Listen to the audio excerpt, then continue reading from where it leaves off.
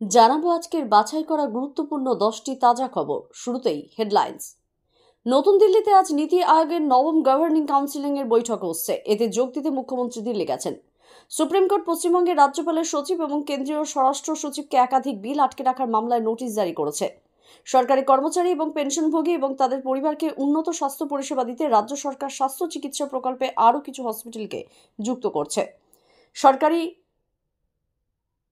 Take সর্বভারতীয় ক্ষেত্রে বিজ্ঞানের সফল ছাত্রছাত্রীদের বিজ্ঞান মেধা পুরস্কার প্রদান করা হচ্ছে কলকাতার বিআইটিএমে।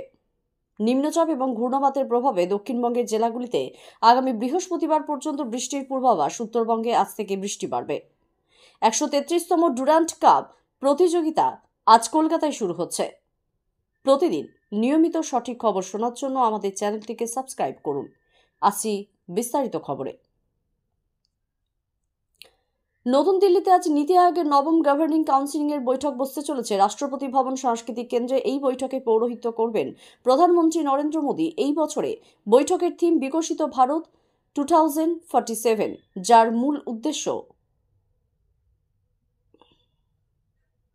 টেক। নতুন দিল্লিতে আজ নীতি আয়োগের নবম গভর্নিং কাউন্সিলিং বৈঠক টেক নতুন দিল্লিতে আজ নীতি আয়োগের নবম গভর্নিং কাউন্সিলিং এর বৈঠক বসতে চলেছে। রাষ্ট্রপতি ভবন সাংস্কৃতিক কেন্দ্রে এই বৈঠকে পৌরোহিত্য করবেন প্রধানমন্ত্রী নরেন্দ্র মোদী। এই বছরের বৈঠকের থিম বিকশিত ভারত @2047, যার মূল উদ্দেশ্য ভারতকে উন্নত রাষ্ট্র হিসেবে গড়ে তোলা। বৈঠকে বিকশিত ভারত সম্পর্কিত ভিশন ডকুমেন্টের অ্যাপ্রোচ পেপার নিয়ে আলোচনা হবে। নীতি আয়োগ জানিয়েছেন, গভর্নিং কাউন্সিলিং এর বৈঠক কেন্দ্র ও রাজ্য সরকারগুলির মধ্যে প্রশাসনিক সহযোগিতা গড়ে তোলা, গ্রামীণ এবং শহুরে জনগোষ্ঠী জীবনযাত্রার মানকে উন্নত করা এবং বিকশিত ভারতের লক্ষ্য অর্জনে রাজ্যগুলির ভূমিকা নিয়ে বিস্তারিত আলোচনা হবে। বৈঠকে থাকবেন বিভিন্ন রাজ্য এবং কেন্দ্রশাসিত অঞ্চলের মুখ্যমন্ত্রী ও উপরাজ্যপাল, নীতি আয়োগের ভাইস চেয়ারম্যান এবং সদস্যরা। এদিকে নীতি আয়োগের বৈঠকে যোগ দিতে তৃণমূল কংগ্রেস নেত্রী মুখ্যমন্ত্রী মমতা ব্যানার্জি গতকাল নতুন দিল্লি গেছেন। দিল্লি রওনা দেবার আগে কলকাতা বিমানবন্দরে তিনি অভিযোগ করেন, এবারে বাজেটে বাংলা সহ বহু বিরোধী বিজেপি রাজ্যগুলিকে বঞ্চিত করা হয়েছে। এই বঞ্চনা এবং রাজ্যকে ভেঙে দেবার চক্রান্তের বিরুদ্ধে প্রতিবাদ জানাতে তিনি নীতি আয়োগের বৈঠকে যোগ দেবেন। পরে দিল্লিতে মুখ্যমন্ত্রী সাংবাদিক বৈঠকে বলেন, বাজেট পেশ করার আগেই তিনি নীতি আয়োগের বৈঠকে যোগ দেওয়ার সিদ্ধান্ত নিয়েছিলেন। বিরোধী ইন্ডিয়া জোটের সদস্যরা একজোট হয়ে এই বৈঠকে বয়কট করার সিদ্ধান্ত নিলে তিনি অন্য কিছু ভাবতেন। উল্লেখ্য, বাজেটে বঞ্চনার প্রতিবাদে বিজেপি বিরোধী 7 রাজ্যের মুখ্যমন্ত্রীরা ইতিমধ্যেই নীতি আয়োগ বৈঠকে বয়কট করার কথা জানিয়েছেন। তৃণমূল কংগ্রেস নেত্রী গতকাল দলের সাংসদের সঙ্গেও এই বৈঠকে মিলিত হননি।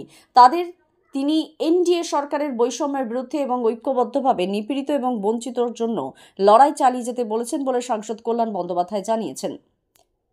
সুপ্রিম কোর্ট পশ্চিমবঙ্গের রাজ্যপালের সচিব এবং কেন্দ্রীয় স্বরাষ্ট্র সচিবকে একাধিক বিল আটকে রাখার মামলায় নোটিশ জারি করেছে। প্রধান বিচারপতি DY চন্দ্রচূড় এবং 2 বিচারপতি ফার্দিওয়ালা এবং মনোজ মিশ্রর ডিভিশন বেঞ্চ সংবিধানের 32 নম্বর ধারার আওতায় দাখিল করা পশ্চিমবঙ্গ সরকারের একটি রিট আবেদন ভিত্তিতে এই নোটিশ জারি করেন।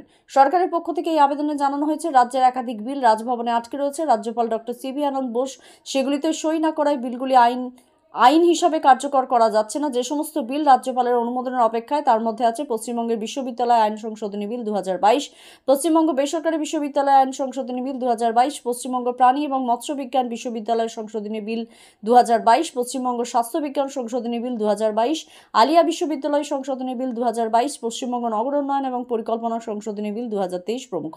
এর মধ্যে 6টি বিল জগদীপ ধনখড় রাজ্যপাল থাকাকালীন তার অনুমোদনের জন্য পাঠানো হয়। পরে CB আনন্দ বোস রাজ্যপালের দায়িত্ব গ্রহণ করলে পাঠানো হয় আরও 2টি বিল, কিন্তু কোনোটি অনুমোদিত হয়নি। পশ্চিমবঙ্গ সরকারের পক্ষে প্রবীণ আইনজীবী জয়দীপ গুপ্ত শীর্ষ আদালতকে বলেন, রাজ্যপালের দপ্তরের পক্ষ থেকে জানানো হয়েছে কয়েকটি বিল রাষ্ট্রপতির বিবেচনার জন্য রাখা হয়েছে, কিন্তু এরপর সরকারিভাবে তাদের কিছু জানানো হয়নি। আরেক প্রবীণ আইনজীবী অভিষেক মনু সেভেং এই প্রসঙ্গে সুপ্রিম কোর্টের হস্তক্ষেপের পর তামিলনাড়ু রাজ্যপাল বিল অনুমোদন নির্দেশন তুলে ধরেন। সওয়াল জবাব শেষে শীর্ষ আদালত এই নোটিশ জারি করে। কেন্দ্রীয় সরকার ICDS প্রকল্পের বরাদ্দ কমানোয় রাজ্যে মিড ডে মিলের প্রকল্প ব্যাহত হচ্ছে। প্রান্তিক পরিবারের মা এবং শিশুদের পুষ্টি প্রশ্নের মুখে পড়ছে বলে রাজ্যের নারী, শিশু ও সমাজ কল্যাণ মন্ত্রী শশী পাজার অভিযোগ করেছেন। বিধানসভার প্রশ্নোত্তর পর্বে গতকাল তিনি এই নিয়ে কেন্দ্র সরকারকে তীব্র আক্রমণ করেন। তিনি বলেন, 2012-13 সালে কেন্দ্রীয় বাজেটে ICDS প্রকল্পের জন্য বরাদ্দ ছিল ওই মন্ত্রকের মোট বরাদ্দের 4.76%। এবারে কেন্দ্রীয় বাজেটে তা কমে দাঁড়িয়েছে মোট বরাদ্দের 2.28%। অথচ গোটা বিশ্বের মধ্যে এই দেশেই সবথেকে বেশি শিশু অনাহারে থাকে। শিশু মৃত্যুর হারের নিরিখে বিশ্বের দ্বিতীয় স্থানে রয়েছে ভারত, অথচ সেখানে কেন্দ্রীয় সরকার প্রসূতি এবং শিশুদের কল্যাণ নিয়ে সম্পূর্ণ উদাসীন। এদিকে বিধানসভায় গতকাল লক্ষ্মীর ভান্ডার প্রকল্প নিয়েও তৃণমূল এবং বিজেপি সদস্যদের মধ্যে তরজা চলে। এই সংক্রান্ত এই প্রশ্নের উত্তরে শশী বাজা পরিসংখ্যান তুলে ধরায় সভায় জানান, এখনো পর্যন্ত রাজ্যে প্রায় 2,16,00,000 মহিলা লক্ষ্মীর ভান্ডারের সুবিধা পেয়েছেন। আরও 9,38,600 জন আবেদন জানিয়েছেন। এর মধ্যে 9,05,267 জনের আবেদন অনুমোদন করা হয়েছে। আবেদন বাতিলের কারণ ব্যাখ্যা করে মন্ত্রী জানান, শুধুমাত্র 25 থেকে 60 বছর বয়সী মহিলারাই লক্ষ্মীর ভান্ডারের জন্য বিবেচিত হবেন। এছাড়া জয়েন্ট অ্যাকাউন্ট থাকার কারণেও অনেকের আবেদন বাতিল করা হয়েছে। সেক্ষেত্রে সিঙ্গেল বা একক অ্যাকাউন্ট থাকা বাধ্যতামূলক। 60 বছর পেরিয়ে যাওয়ায় লক্ষ্মীর ভান্ডারে 3,16,727 জন সুবিধাভোগীকে বার্ধক্য ভাতার আওতায় আনা হয়েছে বলেও তিনি জানান।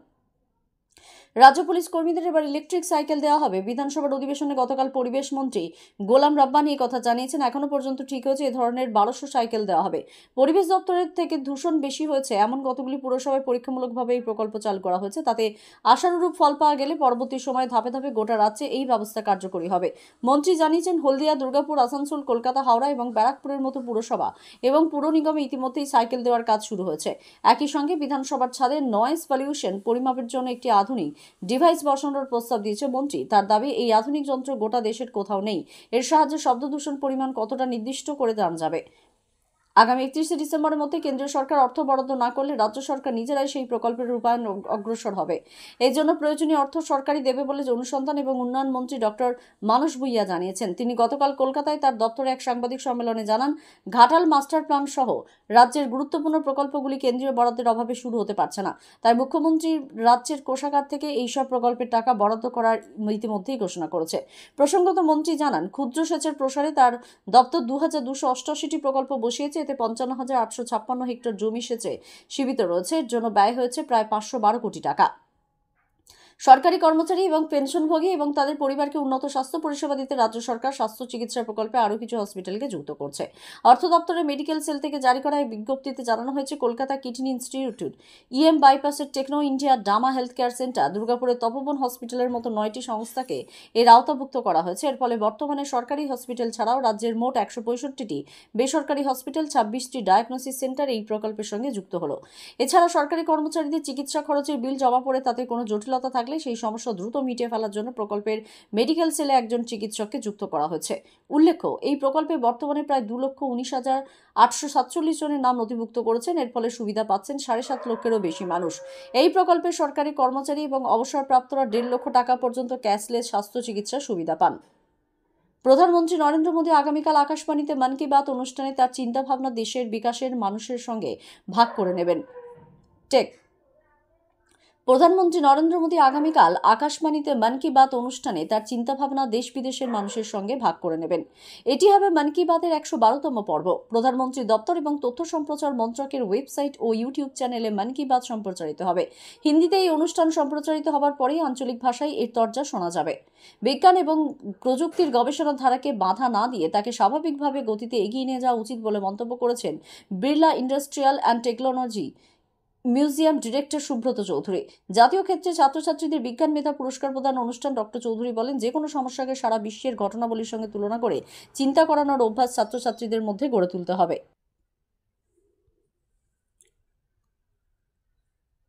বিড়লা ইন্ডাস্ট্রিয়াল অ্যান্ড টেকনোলজি মিউজিয়ামে গতকাল 2023-24 সালের জন্য সর্বভারতীয় ক্ষেত্রে বিজ্ঞান বিষয়ের সকল ছাত্রছাত্রীদের সম্মাননা জ্ঞাপন করা হয়।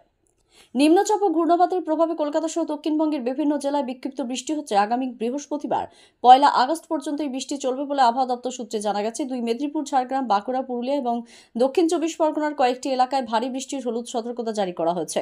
উত্তরবঙ্গের হিমালয় সন্নিহিত জেলাগুলিতে আজ থেকে বৃষ্টির পরিমাণ বাড়বে। উপকূলবর্তী এলাকায় ঘন্টায় 40 থেকে 60 কিলোমিটার পর্যন্ত বেগে ঝোড়ো হাওয়া বয়ে যাওয়ার সম্ভাবনা হয়েছে। সমুদ্র উত্তাল থাকায় মৎস্যজীবীদের গভীর সমুদ্রে না যাওয়ার পরামর্শ দেওয়া, নিরাপত্তা ট্রেন চালানোর জন্য প্রয়োজনীয় ট্রাকে রক্ষণাবেক্ষণের কাজের উদ্দেশ্যে পূর্ব রেলের শিয়ালদা ডিভিশন নৈহাটি ব্যান্ডেল সেকশনের নৈহাটি এবং গরিফার মধ্যে আপ লাইন আজ রাত 11টা থেকে আগামীকাল পর্যন্ত মোট 8 ঘন্টা ট্রাফিক ব্লকের পরিকল্পনা নেওয়া হয়েছে। এর ফলে আজ নৈহাটি ব্যান্ডেল, নৈহাটি শিয়ালদা, নৈহাটি আপ মধ্যে ডাউন, শিয়ালদা রানাঘাটের মধ্যে আপ ডাউন এবং ডাউন কল্যাণী সীমান্ত নৈহাটি লোকাল বাতিল থাকবে। এছাড়া শিয়ালদা কল্যাণী সীমান্ত, লোকাল কল্যাণী সীমান্তর পরবর্তী নৈহাটি পর্যন্ত যাবে এবং আগামীকাল কল্যাণী সীমান্ত শিয়ালদহ ও লোকাল কল্যাণী সীমান্তের পরিবর্তে নৈহাটি স্টেশন থেকে ছাড়বে। এদিকে আজ 13142 new Alipurduar Sealdah Teesta Torsa express, 13164 Saharsa Sealdah Hatebazar express, 13190 Balurghat Sealdah express, 13146 Radhikapur Sealdah এক্সপ্রেসের পরিবর্তে সময় ছাড়বে বলে পূর্ব রেল সূত্রে খবর। ভারত এবং বাংলাদেশের মধ্যে আগামীকাল ঢাকা কলকাতা মৈত্রী এক্সপ্রেস এবং কলকাতা খুলনা ও খুলনা কলকাতা বন্ধন এক্সপ্রেস বাতিল করা হয়েছে। বাংলাদেশ রেল সূত্রে এই খবর জানা গেছে। ওই ট্রেনগুলিতে আসন সংরক্ষণ করা যাত্রীদের টিকিটের দাম ফেরত দেওয়া হবে বলেও রেলের পক্ষ থেকে জানানো হয়েছে। 133তম ডুরান্ড কাপ ফুটবল প্রতিযোগিতা আজ কলকাতায় শুরু হচ্ছে। এবার 24টি দল এতে অংশ নিচ্ছে। যুব ভারতীয় ক্রীড়াঙ্গনে আজকের উদ্বোধনী ম্যাচে গতবারের চ্যাম্পিয়ন মোহনবাগান সুপার জায়ান্ট শ্রীনগরের টাউন হিরাজের বিরুদ্ধে খেলবে। টেক যুব ভারতীয় ক্রীড়াঙ্গনে আজকের উদ্বোধনী ম্যাচে গতবারের চ্যাম্পিয়ন মোহনবাগান সুপার জায়ান্ট শ্রীনগরের টাউন হিরোজের বিরুদ্ধে খেলবে। খেলা শুরু হবে সন্ধ্যে 6টায়। আজকের মতো খবর এই পর্যন্তই। পরবর্তী খবরের জন্য চোখ রাখুন।